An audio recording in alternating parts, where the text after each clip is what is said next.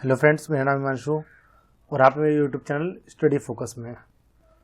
Last class में हमने पढ़ लिया था मॉनेटरी पॉलिसी।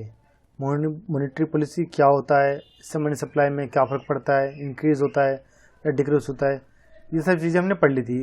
और आज हम पढ़ेंगे फिजिकल पॉलिसी। फिजिकल पॉलिसी क्या होता है? तो बेसिकली फिजिकल पॉलिसी में आपको कौन डिसाइड करता है? फिजिकल पॉलिसी आपका डिसाइड करता है गवर्नमेंट। कहने का मतलब ये है कि आपको अंतर पहले पता होना चाहिए कि मॉनेटरी पॉलिसी और फिजिकल पॉलिसी कौन कौन चीजें लेके आता है। फिजिकल पॉलिसी जो होता है वो गवर्नमेंट लेके आता है और जो मॉनेटरी पॉलिसी होता है वो आरबीआई लेकर आता है। आरबीआई अपने मॉनेटरी पॉलिसी के अंदर मनी सप्लाई को घटाती है, बढ़ाती है। अब क्या कहते हैं, अब जो फिजिकल पॉलिसी में गवर्नमेंट क्या करती है, गवर्नमेंट बजट लेके आती है। बजट के थ्रू तो वो अपना सारा काम करेगी, वो मनी सप्लाई को घटाएगी, बढ़ाएगी, लोगों को कितना पैसा देना है, कितना नहीं देना, कितना पैसे में कितना काम क्या करना है, ये सब फिजिकल पॉलिसी में गवर्नमेंट करती है। तो इकोनॉमी में दो तरीके की पॉलिसी मैंने आपको बता दिया। पहला होता है मॉनेटरी पॉलिसी, दूसरा होता है फिजिकल पॉलिसी। अगर मैं फिजिकल पॉलिसी की बात करूं तो फिजिकल पॉलिसी में क्या होता है, गवर्नमेंट बजट लेके आती है। तो बजट की बात करेंगे तो बजट किसके अंदर, आर्टिकल के अंदर है। बजट आर्टिकल आता है हमारा 112 आर्टिकल के अंदर आता है, जिसमें गवर्नमेंट क्या करती है, एनुअल फाइनेंशियल स्टेटमेंट लेके आती है, जो जिसका आप कहते हैं बजट लेके आती है। साल में एक बार आपका बजट लेके आती है। इसके अंदर क्या होगा, this statement for income expenditure of government. यहाँ पे कहना होता है कि इस बजट में आपका गवर्नमेंट ये दिखाती है कि वो कितना पैसा कहाँ खर्च करेगी। आपका बजट होता है, ये स्टार्ट होता है आपका कहाँ से स्टार्ट हुआ था, बजट आपका सबसे पहले स्टार्ट हुआ था फ्रांस से। और पहले टाइम इनिशिएट कहाँ का किया गया था, ब्रिटेन में। पहले स्टार्ट हुआ था फ्रांस में, लेकिन सबसे पहले कहाँ पे लागू किया गया था, ब्रिटेन में किया गया था। From where the world budget come, कहाँ से दुनिया का बजट आया। कहने का मतलब है बजट आया, बजट का ओरिजिन कहाँ से, मैंने बताया फ्रांस से हुआ। जो ब्रिटेन है उसका उस समय लेदर पर्स, यानी कहने का मतलब था वहां पर कि पहले पर्स के अंदर, जैसे हमारे पास लेदर का बॉक्स होता है, पर्स होता है, वैसे ही बड़ा सा सूटकेस टाइप का लेके आते थे पर्स। उसी के अंदर आपका बजट होता था। उसको पहले हम बोलते थे बॉन्जेट बोलते थे। बाद में उसको लोग उसको क्या कहने लगे, बॉन्जेट को धीरे धीरे बजट कहने लगे। अब जो लॉर्ड कैनिंग नाम का एक इंडिया में आदमी था, ठीक है, वो 29 नवंबर 1859 को क्या करता है कि जेम्स विलियम आते हैं हमारे इंडिया में। जेम्स विलियम नाम के उसमें क्या बोलते हैं, 29 नवंबर 1859 को आते हैं। वो क्या कहते हैं, वो इंडिया में बजट लेके आते हैं, बजट एंड इनकम टैक्स लेके आते हैं। इसको इसलिए इनको लॉर्ड कैनिंग को क्या बोलते हैं, फादर ऑफ बजट बोलते हैं, आप इसीलिए बोला जाता है, और इनकम टैक्स बोलते हैं। तो 1860 में 5 बजे के टाइम पे शाम को इंडिया का पहला बजट प्रेजेंट करता है कौन, जेम्स विलियम करते हैं, जो कि फाइनेंशियल मिनिस्टर होते हैं, जो डेवलप करते हैं इनकम टैक्स वॉज इंट्रोड्यूस। इन्हें कहने का मतलब होता है इस बजट में क्या फाइनेंशियल मिनिस्टर जो होते हैं वो इंट्रोड्यूस करते हैं इनकम टैक्स को। अब यहाँ पे बजट के कुछ फैक्ट्स बताता हूँ। बजट के फैक्ट्स में पहला फैक्ट ये है कि जो फाइनेंशियल मिनिस्टर होता है, एफएम जिसको बोलते हैं फाइनेंशियल मिनिस्टर, वो प्रेजेंट करते हैं बजट को। फर्स्ट इंडिपेंडेंट बजट कब आया था, वो आया था इंडिपेंडेंट मतलब यहाँ पे कहने का मतलब है 1947 के बाद में, आजाद होने के बाद में पहला बजट किसने प्रेजेंट किया था, आर.के. षणमुगम शेट्टी ने पहला बजट किया था। रिपब्लिक इंडिया फर्स्ट बजट कब आया था, जॉन मथाई ने किया था। और मैक्सिमम नंबर ऑफ, सबसे ज्यादा नंबर टाइम्स में किसने कराए बजट को प्रेजेंट, मोरारजी देसाई ने कराए, 10 बार कर चुके हैं वो। पहली फीमेल प्रेजेंट कौन थी, इंदिरा गांधी, जिन्होंने बजट को प्रेजेंट किया था। अगर मैं बात करूं, जो पहली फर्स्ट फुली फीमेल फाइनेंस, ऐसी पहली जो पूरी की पूरी फीमेल फाइनेंस मिनिस्टर थी जो हमारी निर्मला सीतारमण थी। और 1926 में विलियम अवेर्थ कमेटी बनी है, जिसका डिफ्रेंशिएट करती थी रेलवे बजट को फ्रॉम जनरल बजट। उन्हें कहने का मतलब था कि 1926 में क्या हुआ, 1926 में विलियम अवेर्थ कमेटी बनी। उन्होंने क्या करा कि रेलवे बजट को और जो नॉर्मल बजट है हमारा, उसको अलग अलग कर दिया। उन्हें फिर 2017 में क्या हुआ, बाइबेक डेब्रॉय कमेटी बनी, जिसके अंदर उन्होंने क्या करा, फिर से 1926 में तो क्या होगा, रेलवे जनरल बजट को अलग कर दिया था, अब फिर से इन दोनों को साथ कर दिया, रेलवे और जनरल बजट को साथ कर दिया। किन्होंने 2017 में बेबिक डेब्रॉय कमेटी ने कर दिया। अब यहाँ पर बजट में एसेट्स और लायबिलिटी की बात करी जाती है। एसेट्स में कौन होता है? ओनरशिप होते हैं, ओनरशिप सेल करता है, और लायबिलिटी में करता है ओनरशिप और the of other and it's. कहने का मतलब यह है कि मैं बात करूं अगर एसेट्स की, अब हमारे लिए एसेट्स क्या होंगी? हमारे लिए एसेट्स होगी जो हम बिल्डिंग बना रहे हैं, डैम बना रहे हैं, मेट्रो रेल बना रहे हैं, जो लोन ले रहे हैं, लोन भी हमारी तरीके एसेट्स होगा। हमने कुछ किसी से लोन लिया, किसी दूसरे कंट्री से, हमारे लिए एसेट्स होगा। अब लायबिलिटी क्या होगा? जो हमने लोन लिया है उन लोन को वापस भी तो देना होगा, वो हमारे लिए लायबिलिटी होगी। तो ओनरशिप ऑफ दी अदर, जो दूसरों के लिए तो वो ओनरशिप है, और लेकिन हमारे लिए वो लायबिलिटी होगी। अब बजट की बात करूं, बजट को एस्टिमेट किया जाता है 3 साल से।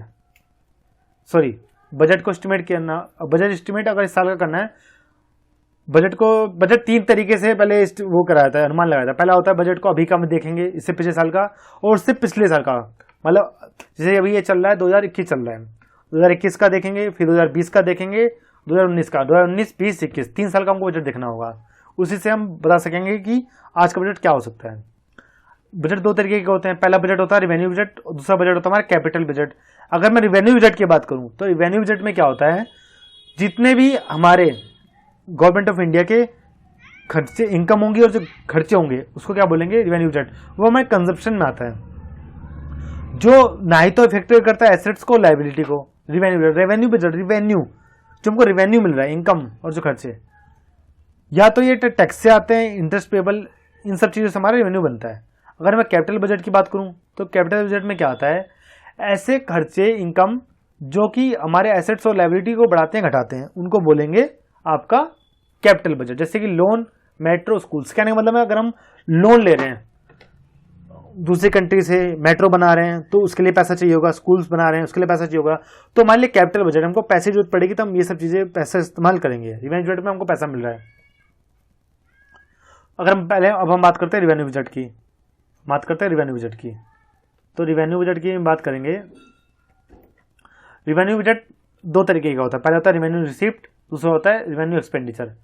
रिवेन्यू रिसिप्ट को हम बोलते हैं जो income we do not effect assets और लायबिलिटी ऑफ द गवर्नमेंट। यहाँ पे क्या होता है?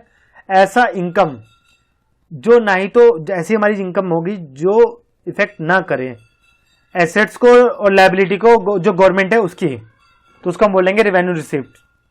अब रिवेन्यू रिसिप्ट 2 तरीके की होती है। कहने का मतलब यहां पर यह है,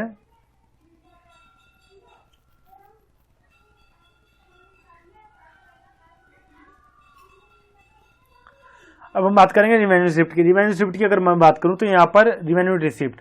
अब रिवेन्यू का मतलब क्या होगा? रिसिप्ट, पैसा मिल रहा है, रिसिप्ट का मतलब मिल रहा है, हमको टैक्स मिल रहा है, इनकम टैक्स मिल रहा है, जीएसटी, कॉर्पोरेट टैक्स हमको मिल रहा है। नॉन टैक्स रिसिप्ट, जो हमको टैक्स, नॉन टैक्स रिसिप्ट, जो हमको टैक्स तो नहीं मिल रहा, मतलब ऐसे फॉर्म में, जैसे फीस, यूपीएससी की, एसएससी की फीस, पेनल्टी कोर्ट में, profit of PSU, public service commission, ये नॉन टैक्स रिसिप्ट होती हैं। अब मैं रिवेन्यू एक्सपेंडिचर की अगर मैं बात करूं, रिवेन्यू एक्सपेंडिचर में क्या आता है हमारा? ऑल दोस एक्सपेंस, जो खर्चे होते हैं, कहने का मतलब ऐसे खर्चे जो हमारा एसेट्स और लायबिलिटी, जो गवर्नमेंट की जो एसेट्स लायबिलिटी होती है उस पर हमारा इफेक्ट नहीं करता। ऐसे खर्चे जैसे कि रिवेन्यू एक्सपेंडिचर, जो हमको रिवेन्यू तो हो रहा है लेकिन खर्चा करना पड़ रहा है हमको, जैसे टैक्स एक्सपेंडिचर, टैक्स की स्कीम लेके आए, उसमें हमारा पैसा खर्चा होगा। Non tax expenditure, salary, deferred maintenance, जो हम सैलरी देते हैं, गवर्नमेंट सैलरी, एक्सपेंडिचर है। अगर मैं बात करूं कैपिटल बजट की, तो कैपिटल बजट में क्या आता है हमारा? 2 तरीके से, कैपिटल रिसिप्ट और कैपिटल एक्सपेंडिचर। कैपिटल रिसिप्ट हमको मिल रहा है। कैपिटल रिसिप्ट का मतलब हो गया हमारी एसेट्स घट रही है और लायबिलिटी बढ़ रही है गवर्नमेंट ऑफ इंडिया की। कहने का मतलब होता है कि कैपिटल मिल रहा है, मतलब यहाँ पे कहने का मतलब है disinvestment, bank sale, return of loan, loan from another country. अब मैं इसको बताता हूं। कैपिटल रिसिप्ट का मतलब ये होता है कि हमने क्या किया? लोन लिया, अब हमने लोन को रिटर्न भी किया,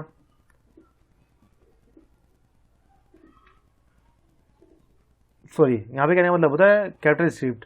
अच्छा सॉरी, कैपिटल रिसिप्ट का मतलब यहां पर ये हो गया कि आपका, जैसे हमने लोन लिया, अब बैंक ने जिससे कुछ इन्वेस्टमेंट नहीं दी, इन्वेस्टमेंट हो गया, हमने दूसरे कंट्री से लोन ले लिया, अब दूसरे कंट्री से हम लोन लेंगे तो हमारी लायबिलिटी तो बढ़ेगी तो उसे लायबिलिटी बन गई, और एसेट्स भी हमारी घट रही है क्योंकि हमारा पैसा लेना पड़ रहा है। अब यहाँ पे मैं बात करूँ कैसे, यहाँ पे एसेट्स घट इसलिए रही कि हमको पैसा चुकाना पड़ लिया हमने, ठीक है।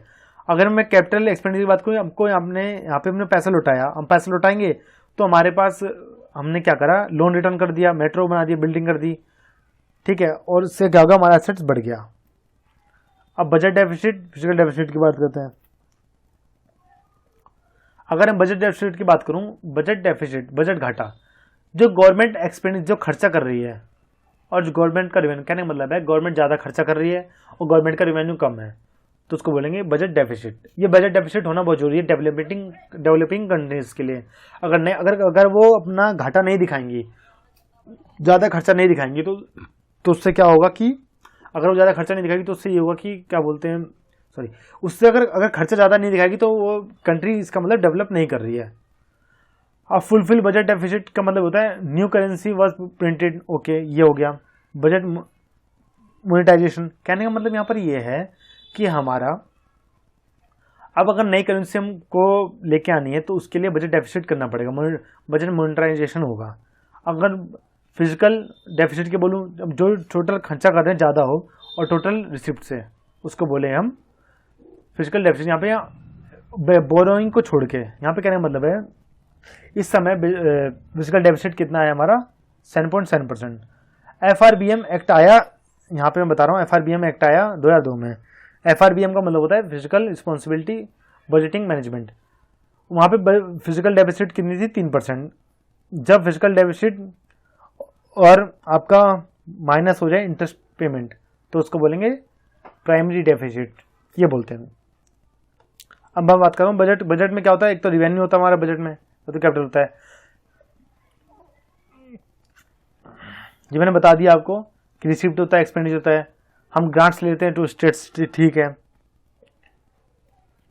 मैं बात करूंगा टाइप्स ऑफ बजट की।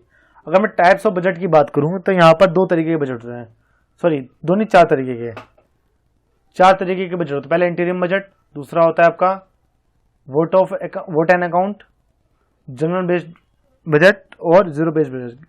अब बात करूं इंटीरियम बजट की, जो लास्ट ईयर का जो बजट होता है, इंटीरियम बजट का मतलब होता है कि जब हम लास्ट साल में, मतलब जैसे 2021 का बजट है और इस लास्ट मोमेंट में अगर हम कोई अनाउंसमेंट ना करें, बिग अनाउंसमेंट ना करें, क्यों, उसमें उसको बोलते हैं इंटीरियम बजट।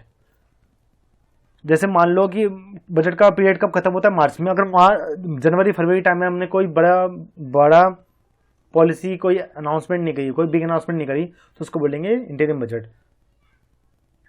अब वोट एंड अकाउंट का मतलब होता है जहाँ पे गवर्नमेंट एक्सपेंडिचर कर रही है, सिर्फ जहाँ पे जो नहीं पास कर पा रहे बिल, वोट ऑन यूज करना पड़ता है वोट एंड अकाउंट। अगर कोई बिल पास नहीं हो रहा था उसके लिए हमको क्या करना पड़ता है, वोट एंड अकाउंट करना पड़ता है, वोट एंड अकाउंट।